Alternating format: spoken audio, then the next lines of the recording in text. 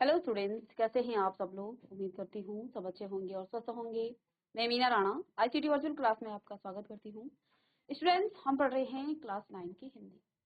क्षितिज भाग 1 से हम पढ़ रहे थे दो बैलों की कथा। प्रीवियस लेक्चर में हमने इस चैप्टर के सारांश को पढ़ा, इसके शब्दार्थ हम पढ़े और इसके पहले लेक्चर में हमने इसके कुछ प्रश्न उत्तर किए हैं। तो आइए आगे के प्रश्नों को हम कंटिन्यू करते हैं। तो देखिए प्रश्न नंबर 4, जैसा कि हमने प्रीवियस लेक्चर में आपसे कहा था कि प्रस्तुत कहानी में प्रेमचंद ने गधे की किन स्वभावगत विशेषताओं के आधार पर उसके प्रति रूढ़ अर्थ मूर्ख का प्रयोग न कर किसी नए अर्थ की ओर उन्होंने संकेत किया। उन्होंने कहा हम उसकी सहनशीलता को, उसके स्वभाव को, उसकी विशेषताओं के आधार पर हम उसे रूढ़ अर्थ जो है लगाते हैं कि वो सबसे मूर्ख जानवर है। लेकिन ऐसा हमें नहीं करना चाहिए, हमें कुछ और जो है उसे यहाँ पर उन्होंने संकेत किया कि उसका जो स्वभाव है वो किसकी तरह है। तो यहाँ पर प्रेमचंद जी ने बताया है कि जो गधा है उसका स्वभाव, सहनशीलता, ये सभी गुण उसके जो है एक संत के साथ मिलते हैं। जैसे संत में सहनशीलता होती है, उसके लिए दुख सुख सभी एक जैसे होते हैं, ऐसे ही गधा भी होता है। ठीक है ना। तो आइए इसका प्रश्न का उत्तर लिखिएगा कि प्रेमचंद ने गधे की सहनशीलता, सीधेपन, क्रोध न करने, हानि लाभ सुख दुख जो है समान रहने आदि गुणों के आधार पर उसे बेवकूफ के स्थान पर संत स्वभाव का प्राणी करार दिया और कहते हैं वो बहुत ही सीधा प्राणी है, इसलिए हम उसे जो है सम्मान का पात्र नहीं समझते हैं। क्योंकि गधा एक सीधा प्राणी है, हम उसे सम्मान का पात्र नहीं समझते हैं। तो चलिए इसको आपने नोट डाउन कर लिया था। अब देखिए किन घटनाओं से पता चलता है कि हीरा और मोती में गहरी दोस्ती थी। तो इस कहानी में हमें क्या पता चलता है कि हीरा और मोती क्या थे, उनमें दोनों में घनिष्ठ मित्रता थी। तो किन घटनाओं से आपको ये पता चलता है कि उनमें दोनों में जो है घनिष्ठ मित्रता थी। ठीक है, चलिए उत्तर कौन देगा इसका, उत्तर दीजिएगा इसका। आपको इस कहानी में किन घटनाओं से पता चलता है कि हीरा और मोती में जो है क्या थी, गहरी दोस्ती थी।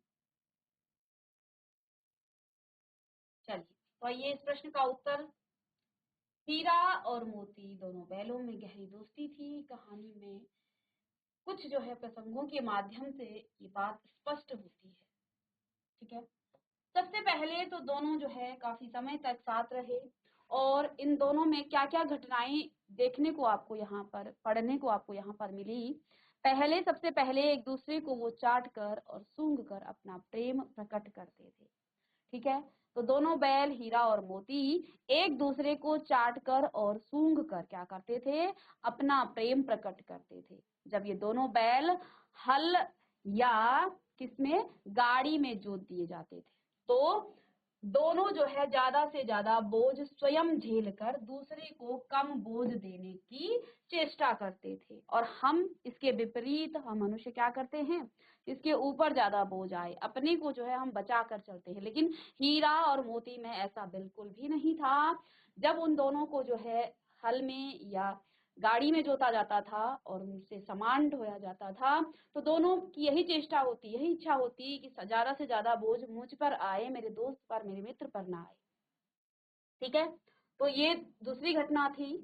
तो देखिए ये दोनों बैल हल या गाड़ी में जोत दिए जाते तो दोनों जो है ज्यादा से ज्यादा बोझ स्वयं झेल कर दूसरे को कम बोझ देने की वो चेष्टा करते थे। दोनों का यही जो है, यही मानसिकता दोनों की रहती थी। हीरा सोचता कि मेरे मित्र मोती पर ज्यादा बोझ ना आए और यही मोती भी सोचता कि हीरा पर ज्यादा बोझ ना आए। तो दोनों जो है अपने आप में ही ज्यादा बोझ उठाने की, सहने की वो कोशिश करते थे ताकि उसके दोस्त को जो है ज्यादा कष्ट ना झेलना पड़े। दूसरा पॉइंट ये है, दूसरी घटना ये है।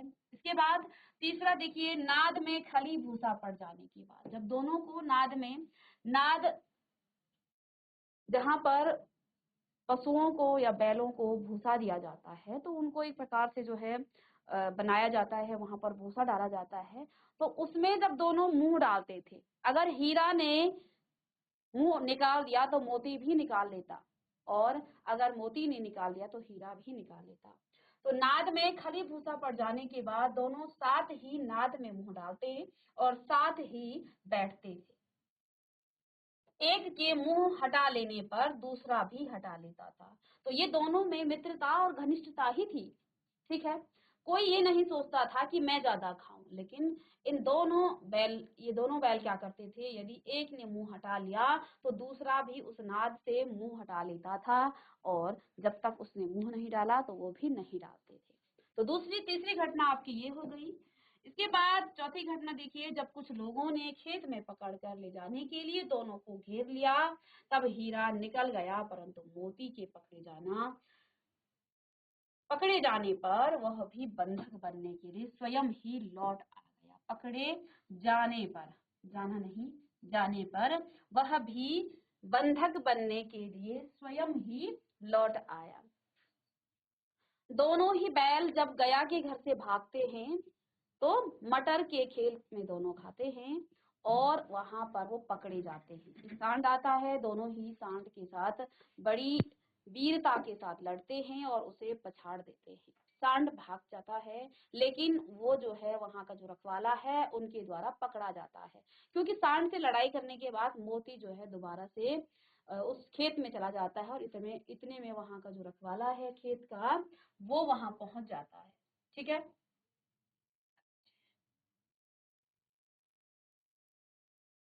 तो वो पकड़ा जाता है। अब यहाँ पर हीरा उसे मना करता है दोबारा उस खेत में जाने से, लेकिन मोती जाता है और वो पकड़ा जाता है। हीरा भाग गया था, लेकिन फिर भी वो जो है मोती क्योंकि पकड़ा गया था, तो हीरा जो है वापस आता है, वो भी बंधक बन जाता है। ठीक है, तो ये भी इन दोनों में एक घनिष्ठता थी। साथ में देखिए आगे,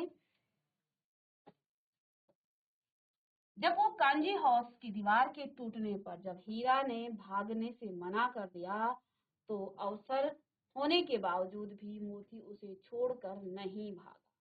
अब देखिए, जब वो दोनों मटर की के खेत में थे तो वहां पर मोती पकड़ा गया था। ठीक है, और हीरा भाग सकता था और भाग भी गया था, लेकिन उसने पीछे देखा तो मोती पकड़ा गया है, फिर वो वापस आ गया। इसके बाद वो जब पकड़े जाते हैं और उनको कांजी हाउस में डाला जाता है, तो वहां पर दोनों प्लानिंग बनाते हैं। कौन? हीरा और मोती। हीरा जो है उस दीवार को तोड़ता है, इतने में वहां का जो रखवाला है, वहां का जो देख रेख करने वाला है, वो आ जाता है। वो आता है तो वो जो है वहां पर किसको, हीरा को क्या कर देता है, बंधक बनाता है, उसको खूब उसकी पिटाई करता है। लेकिन उसके बाद मोती जो है उस दीवार को तोड़ने का जो आधा काम बचा था वो तोड़ देता है, वहां से सारे जानवर भाग जाते हैं, लेकिन मोती नहीं भागता है। और हीरा उसे कहता है कि तू भाग जा, तेरे पास मौका है।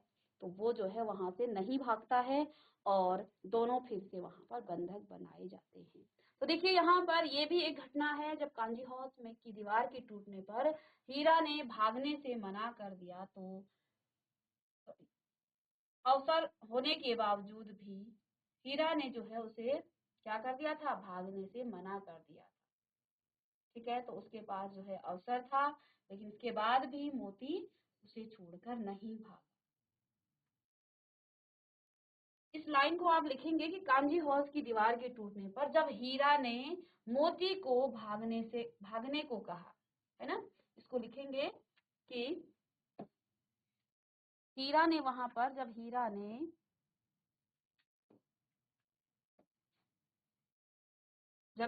ने इसको थोड़ा सा आप लिखेंगे,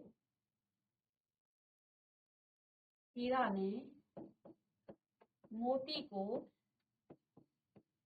भागने के लिए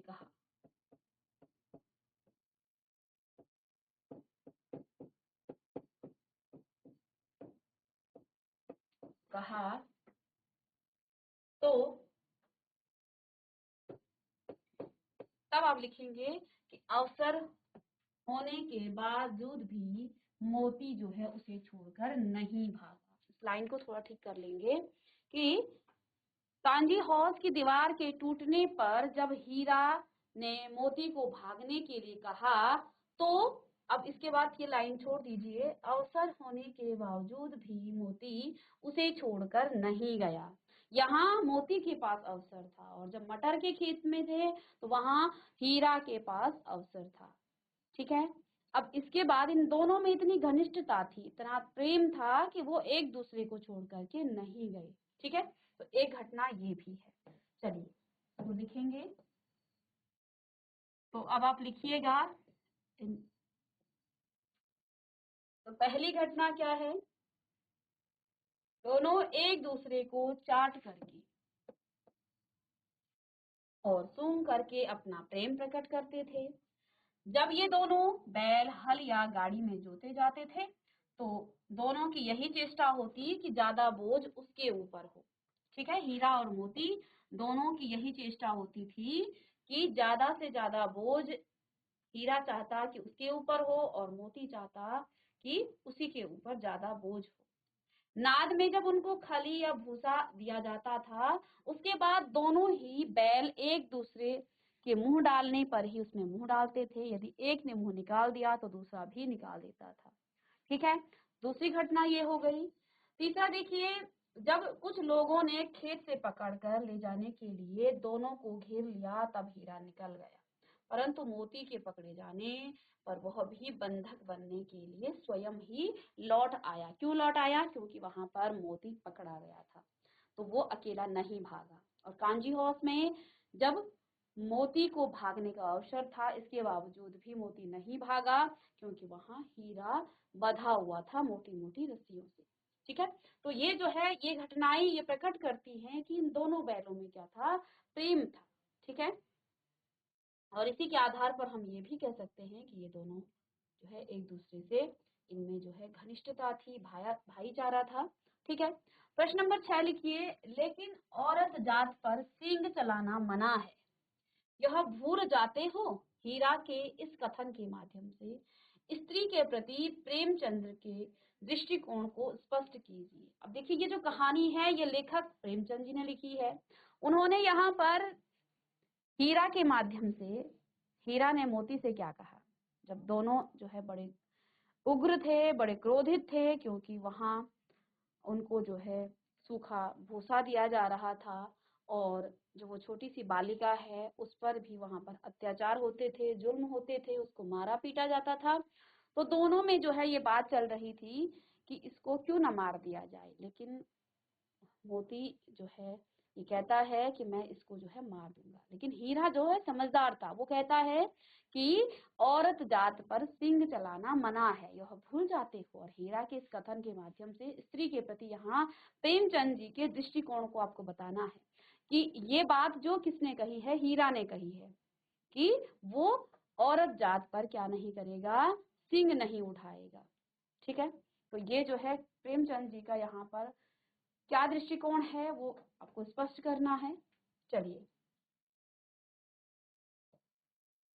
तो देखिए, हीरा के इस कथन से यह ज्ञात होता है कि समाज में स्त्रियों के साथ दुर्व्यवहार किया जाता था और उन्हें शारीरिक यातनाएं दी जाती थी।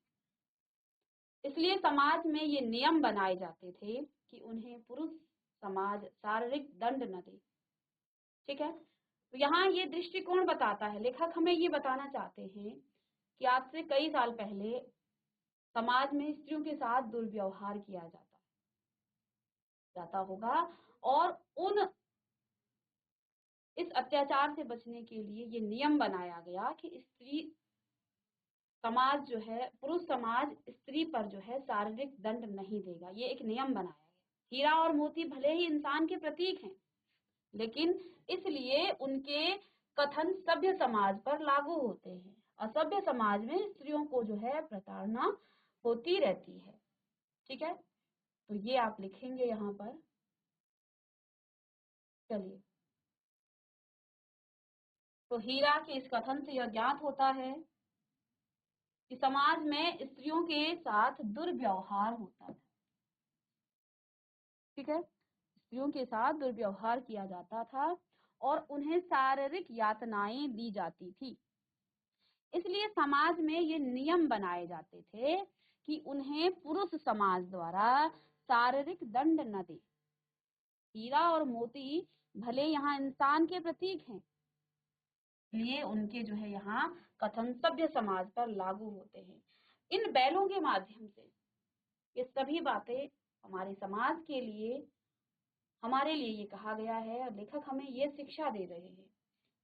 ठीक है, उनके कथन सभ्य समाज पर लागू होते हैं और असभ्य समाज में स्त्रियों की प्रताड़ना होती रहती है। चलिए नेक्स्ट प्रश्न है प्रश्न नंबर 7। किसान जीवन वाले समाज में, यानी कि किसान जीवन जो है उस समाज में पशु और मनुष्य के आपसी संबंधों को कहानी में किस तरह व्यक्त किया गया है। प्रश्न नंबर 7 लिखेंगे, किसान जीवन वाले समाज में पशु और मनुष्य के आपसी संबंधों को कहानी में किस तरह व्यक्त किया गया है। इस कहानी में हमें पशु और किसान का जो आपसी संबंध है उसमें उसी के बारे में बताया गया है, तो उसको जो है किस तरह से व्यक्त किया गया है इसके बारे में आपको इस प्रश्न में पूछा गया है। देखिए, लेखक ने किसान जीवन में मनुष्य तथा पशु के भावनात्मक संबंधों को हीरा और मोती दो बैलों के माध्यम से व्यक्त किया है। यहाँ पर लेखक हमें बताते हैं हीरा और मोती जो कि दो बैल हैं, साथ में झूरी नाम का एक किसान है जो कि इन बैलों का मालिक है। उनके बीच जो भावनात्मक संबंध है उसके माध्यम से, बैलों के माध्यम से वो यहाँ पर व्यक्त करना चाहते हैं कि किसान जीवन और पशु के बीच क्या संबंध होता है। ठीक है, हीरा और मोती दोनों ही झूरी नामक एक किसान के बैल जो अपने बैलों से अत्यंत प्रेम करता है, और ये वास्तविकता है। एक किसान जो है अपने पशुओं से, अपने बैलों से वो उनसे प्रेम करता है, क्योंकि किसान के लिए खेत जोतने वाला उनके बैल ही है। वो सबसे ज्यादा जो है खेत को उपजाऊ बनाने के लिए, खेत को जो है जोतने के लिए वो सबसे ज्यादा मददगार है। तो किसान का जो है एक सच्चा साथी है बैल। ठीक है, जो अपने बैलों से, झूरी नाम का यहाँ पर एक किसान है और हीरा और मोती नाम के दो बैल हैं। और ये जो झूरी नाम का किसान है ये अपने बैलों से अत्यंत प्रेम करता है, और इसी प्रेम के वशीभूत होकर हीरा और मोती अपने मालिक झूरी को छोड़कर कहीं और नहीं रहना चाहते हैं। तो क्योंकि झूरी जो है अपने दोनों बैलों से, हीरा और मोती से बहुत प्रेम करता था, और वो दोनों बैल भी इस बात को समझते थे, इसलिए गया के घर भेज दिए जाने पर भी वे दोनों सीधे झूरी के घर जा पहुंचे। एक रात भी वो वहां नहीं ठहरे। फिर दूसरे दिन उनको वहां से वापस ले जाया गया, लेकिन ये दोनों बैल अपने ही घर अर्थात झूरी के साथ ही ये रहना चाहते हैं। और उन्होंने वहां पर जो है एक बार एक प्रसंग आया है दोनों में कि हमने क्या जो है हमारी काम में कमी रह गई है, हम और यातनाएं सह लेंगे लेकिन हम गया के घर नहीं जाएंगे। ठीक है ना, तो ये यहाँ पर, और क्योंकि झूरी भी उन दोनों बैलों को प्रेम करता था और इसलिए ये दोनों बैल अपने मालिक को छोड़कर कहीं और रहना वो चाहते नहीं थे। इससे ये स्पष्ट होता है कि पशु भी स्नेह का भूखा होता है और प्रेम पाने से भी प्रेम व्यक्त करते हैं, और क्रोध और अपमान पाकर भी वे असंतोष व्यक्त करते हैं। तो देखिए, झूरी ने उन्हें प्रेम प्यार से रखा, झूरी उनसे प्रेम करता था, तो दोनों हीरा और मोती भी किससे, झूरी से प्रेम करते थे। गया ने उनके साथ जो है क्रूर व्यवहार किया, क्रोध और अपमान किया, तो उन्होंने गया के घर ना वो रहे और वहां से वो भाग निकले। ठीक है, तो यहाँ इससे ये पता होता है, इससे ये पता चलता है कि पशु जो है प्रेम और स्नेह का भूखा है। जिस प्रकार से यहाँ पर एक और प्रसंग आया है, एक बात और स्पष्ट की है लेखक ने कि एक जो छोटी सी लड़की है वो क्या करती है, इन दोनों बैलों को रोटी लाती है। हर रात को वो जो है उन दोनों बैलों के लिए रोटियां लाती है। उनका पेट नहीं भरता है, लेकिन उसके स्नेह को देखकर, उसके प्रेम को देखकर दोनों बैलों का मन भर जाता है। और इस बालिका के द्वारा खोले जाने पर, देखिए उन दोनों ने सांठ गांठ की थी कि हम यहाँ से भाग निकलेंगे और रस्सी को पहले चबाएंगे, क्योंकि रस्सी बहुत मोटी थी, वो तोड़ नहीं सकते थे। अब रस्सी इतनी मोटी थी कि उनके मुंह में वो चबाने के लिए भी नहीं जा पाई। तो अब ये छोटी सी बालिका आती है, उन दोनों को खोल देती है, लेकिन ये दोनों बैल वहीं चुपचाप खड़े रहते हैं, भागते नहीं हैं। प्रेम के वशीभूत होकर उस बालिका को देख करके कि कल को, क्योंकि हीरा समझदार था, तो हीरा ने कहा कल को जो है इस बालिका पर, इस छोटी सी बच्ची पर आफत आ जाएगी। ठीक है, लेकिन फिर वो बालिका कुछ और जो है तरकीब सोचती है और वो आवाज मारती है, दादा देखो फूफा वाले दोनों बैल भागे जा रहे हैं। तो इस पर दोनों बैल अब भाग निकलते हैं वहां से। ठीक है, तो यहाँ पर पशु का और किसान का जो संबंध है, आत्मीय संबंध है, उनका भावनात्मक संबंधों को हीरा और मोती दो बैलों के माध्यम से यहाँ पर व्यक्त किया गया है। हीरा और मोती दोनों झूरी नामक एक किसान के बैल हैं जो अपने बैलों से अत्यंत प्रेम करता है, और साथ में इसी प्रेम के वशीभूत होकर हीरा और मोती अपने मालिक झूरी को छोड़कर नहीं जाना चाहते हैं। झूरी ने जब उन्हें अपने साले साले गया के घर भेजा तो वो दोनों रात को ही वहां से भाग आए, लेकिन झूरी की पत्नी नाराज होती है और उन पर क्रोध करती है और फिर दोबारा उनको गया के घर भेज देती है और उन्हें कामचोर कहकर दोबारा वहां भेज देती है। अब इन पर वहां पर जो है आपत्ति आती है, इनको ना चारा मिलता है, सूखा चारा दिया जाता है और दिन भर इनसे काम कराया जाता है और वहां से वो भाग निकलते हैं। ठीक है, तो इससे ये स्पष्ट होता है कि पशु की जो है स्त्री का विवाह है, प्रेम पाने से वे भी प्रेम व्यक्त करते हैं, जैसे कि आपसी प्रेम तो वो करते ही थे, लेकिन हम मनुष्यों के साथ भी वो प्रेम व्यक्त करते हैं और क्रोध और अपमान पाकर भी वे असंतोष व्यक्त करते हैं। चलिए, इसके बाद देखिए प्रश्न नंबर 8, इतना तो हो ही गया कि 9-10 प्राणियों की जान बच गई, वे सब तो आशीर्वाद देंगे। मोती के इस कथन के आलोक में उसकी विशेषता बताइए। तो मोती ने क्या कहा? मोती ने कहा जब उनको दोनों को कांजी हाउस में बंद किया गया था, वहां उन पर जातियां हुई, उनको खाना नहीं दिया गया, उनको भूसा वगैरह नहीं दिया गया, दाना पानी कुछ भी नहीं दिया गया, सिर्फ पानी पीने को दिया गया। अन्य जानवर भी वहां थे, सबकी हालत बहुत नाजुक थी, सभी बड़े कमजोर थे क्योंकि खाना नहीं दिया जाता था। तो अब इन दोनों ने प्लानिंग बनाया कि हम इस दीवार को तोड़ देंगे और यहाँ से निकल भागेंगे। अब पहले हीरा उस दीवार को तोड़ने की कोशिश करता है, इतने में वहां का रखवाला आ करके वो जो है हीरा को बंद और मोटे रस्से से बांध देता है। बचा हुआ काम मोती करता है और वहां से सारे जानवरों को भगा देते हैं, लेकिन हीरा उसे कहता है कि तुम भाग जाओ, तुम्हारे पास मौका है। मोती नहीं भागता है और उसे बताता है कि जब मटर के खेत में मैं पकड़ा गया तो तुम वापस आ गए, अब मैं तुम्हें छोड़ करके नहीं जा सकता हूँ। अब यहाँ पर क्या कहता है वो कि अ, इतना तो हो ही गया। तो उन्होंने कहा कि इतनी मेहनत करने से क्या फायदा जब हम दोनों भाग ही नहीं पा रहे हैं। तो मोती क्या कहता है कि इतना तो हो ही गया कि 9-10 प्राणियों की जान बच गई, क्योंकि वहां और अन्य पशु भी थे, उन सबको उन्होंने भगा दिया था। तो वो ये कहता है कि कम से इस दीवार को तोड़ने का ये फायदा तो हुआ कि अन्य जो 9-10 प्राणी थे उनकी जान तो बच गई, वे सब तो आशीर्वाद देंगे। मोती के इस कथन के आलोक में उसकी क्या विशेषता यहाँ पर बताई गई है, ये आपको बताना है। ठीक है, तो उसकी निम्नलिखित यहाँ विशेषताएं हैं। वह आशावादी है क्योंकि उसे अभी भी यह विश्वास है कि वह इस कैद से मुक्त हो सकता है। ठीक है, तो सबसे पहले मोती क्या है, उसे आशा है, उसे उम्मीद है कि इन लोगों की हमें दुआएं लगेंगी, इनका आशीर्वाद मिलेगा, तो हम कहीं ना कहीं से यहाँ से निकल ही जाएंगे। तो वो आशावादी है क्योंकि उसे अभी भी ये विश्वास है कि वह इस कैद से मुक्त हो सकता है। ठीक है,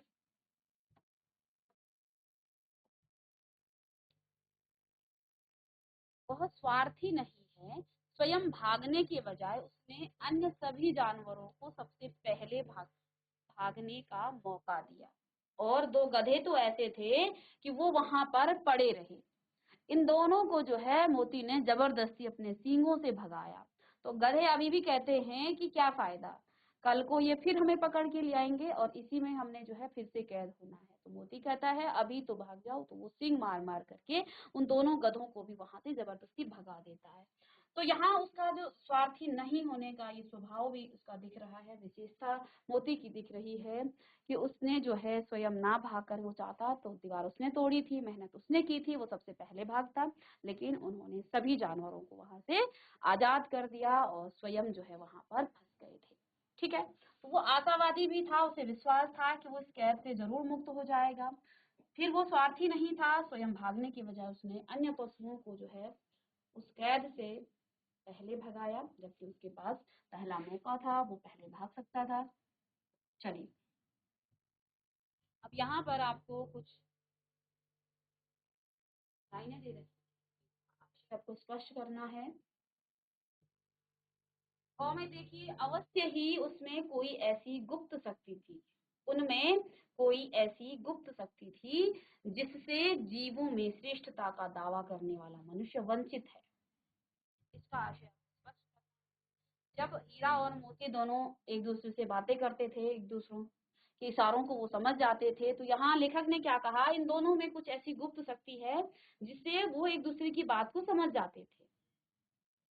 उस एक रोटी से उनकी भूख तो क्या शांत होती, पर दोनों के हृदय को मानो भोजन मिल गया।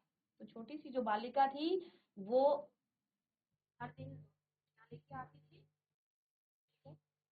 और हीरा और मोती को एक एक रोटी वो दे देती थी, लेकिन उन दोनों का मन नहीं भरा, पेट तो नहीं भरा, लेकिन उनका मन अवश्य भर गया। ठीक है, तो कौ देखिए, हीरा और मोती बिना कोई वचन कहे, देखिए पशुओं में वचन नहीं होते हैं, वो बोल नहीं पाते हैं। ठीक है, तो वो बिना कोई वचन कहे एक दूसरे के मन की बात को वो समझ जाते थे। प्रायः एक दूसरे से जो स्नेह की बातें सोचते थे। यद्यपि मनुष्य स्वयं को सब प्राणियों में श्रेष्ठ मानता है, किंतु उसमें भी ये शक्ति नहीं होती है, क्योंकि हम मनुष्यों में ईर्ष्या भाव होता है, जलन की भावनाएं होती हैं। तो ये प्राणियों में यहाँ पर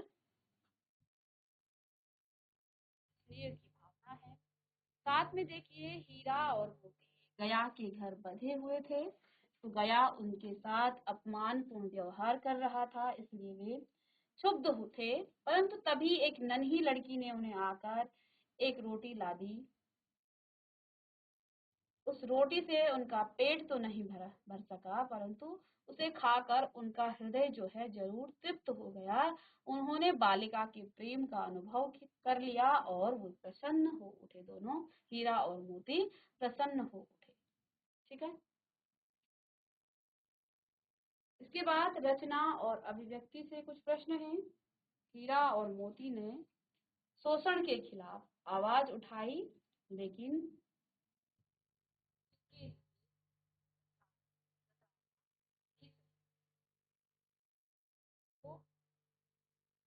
के साथ जो है शोषण हुआ। किस बात का, उनसे काम कराया गया और उनको खाना और दाना पानी नहीं दिया गया। ठीक है, हीरा मोती की इस प्रतिक्रिया पर तर्क सहित अपने विचार आपको प्रकट करने हैं। तो प्रश्न नंबर 11 लिखेंगे, हीरा और मोती ने शोषण के खिलाफ आवाज उठाई, लेकिन उसके लिए प्रताड़ना भी सही। हीरा और मोती की इस प्रतिक्रिया पर तर्क सहित अपने विचार आपको प्रकट करने हैं।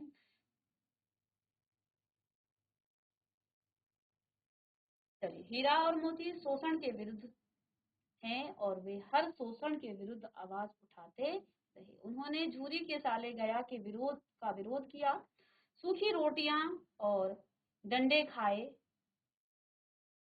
फिर कांजी हाउस में अन्याय का विरोध किया और बंधन में पड़े। यहाँ मेरे विचार से उन्होंने शोषण का विरोध करके ठीक किया, क्योंकि शोषित होकर जीने का क्या लाभ है, और शोषित को भय और यातना के सिवा कुछ प्राप्त नहीं होता है।